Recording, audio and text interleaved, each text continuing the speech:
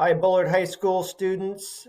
I am going to show you in this video how to see what books you have checked out under your name, books and resources, including the computer. This is especially important for seniors. Where I am right now is in my Clever account. I'm going to go to Destiny Discover.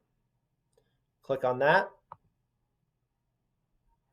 The first time you log into Destiny Discover, you may have to put in the state, California, and then type in Bullard High School.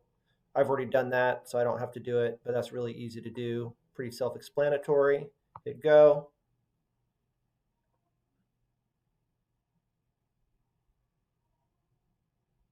What you're looking for is the three lines right here at the top.